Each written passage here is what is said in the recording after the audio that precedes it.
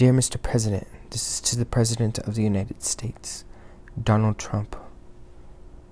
This is coming from a Latino male. I'm Hispanic, and I'm gonna say it from somebody who is an American citizen, and I'm been part of the American society.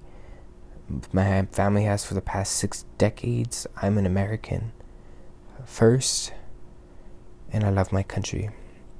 But this is to somebody who is a traitor to his oath of office, and a traitor to his people that he's supposed to serve. You're not supposed to serve all fine people.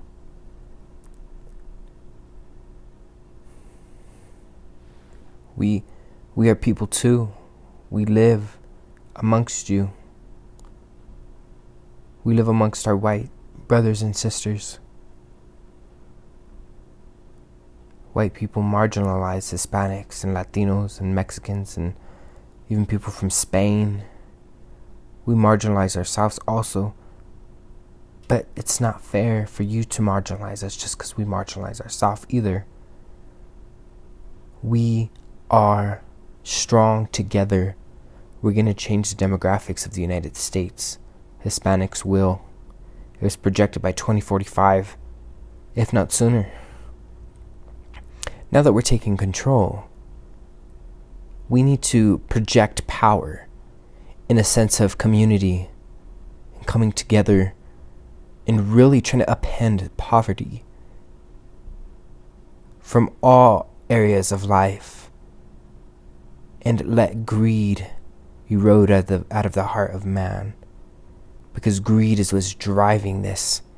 The greed of a fragile white supremacist ego, somebody who feels emboldened by his own rhetoric and making people feel lower than they are, dehumanizing groups of people, spitting on people who are disabled, and letting people, destroying people's lives, separating families, threatening people. This man is disgusting, and he shouldn't be in office.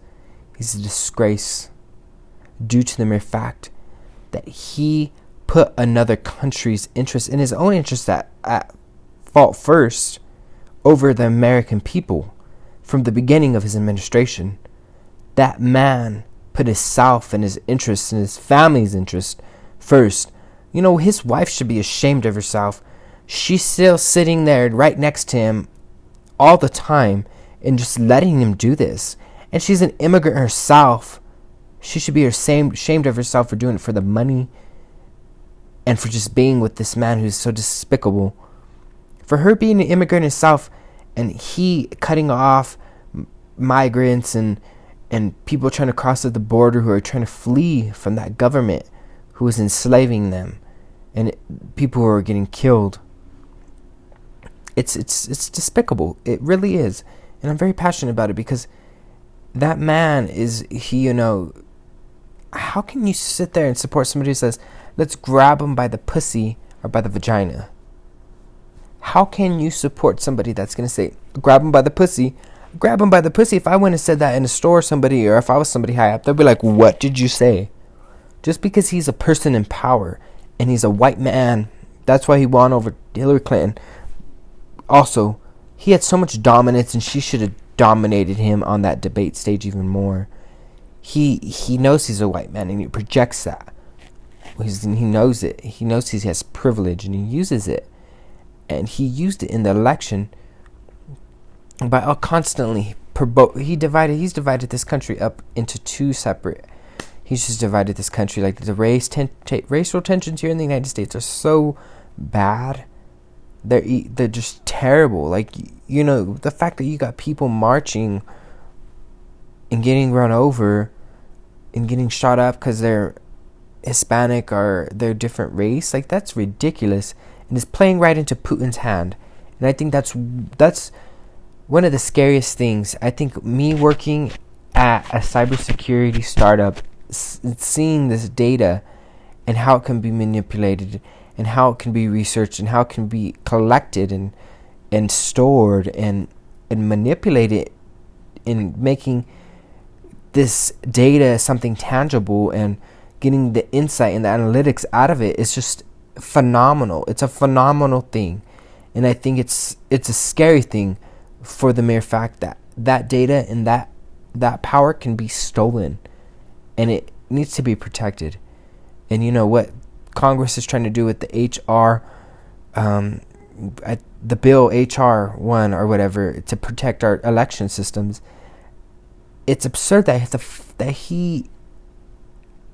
Mitch McConnell and Donald Trump are not supporting this bill, and they're not even bringing it on the Senate floor. Like, that's ridiculous. The fact that they're having it's almost election time, and we need to get this bill passed due to the mere fact that we only have a year. Right now, if we protect our systems, we could have enough resources to fend off Russia, fend off all these other countries, fend off China, Russia, all these opposing forces in our election. We need to remove opposing forces in our election. This is Jared, and I am out, and this is Political Talk, Donald Trump, and this is going to be the whistleblower, and impeaching Donald Trump, and getting that clown out of office. Get that clown out of office, and get Mike Pence out of office, and get Mitch McConnell out of office. Get all these Republicans out of office. And we need to take control of the House, the Senate, and the executive branch, due to the mere fact that we're the most powerful force against that. The people, the voice. Let's go.